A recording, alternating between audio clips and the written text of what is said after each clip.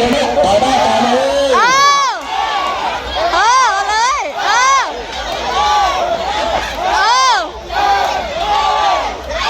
ดูเจ้าฟีโร่มีแข้งขวาด้วยนะวิทย์มาแข้งขวาด้วยนะฟีโร่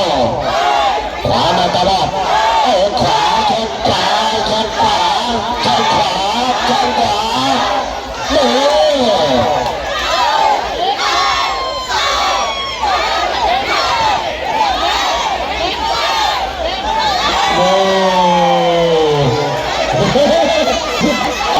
ยังยิ้มนะครับสัตว์ไทยยังไม่หมดยังยิ้มอยู่กันตลอดด้วยทำเลยโอ้โห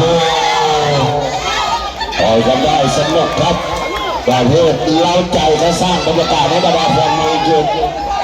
ทางด้านฟีโร่เดินมาตลอดวางแข้งขวาไปทีนึงมาแข้งขวาแข้งขวา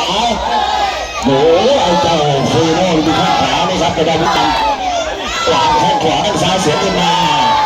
เล็กจังเลย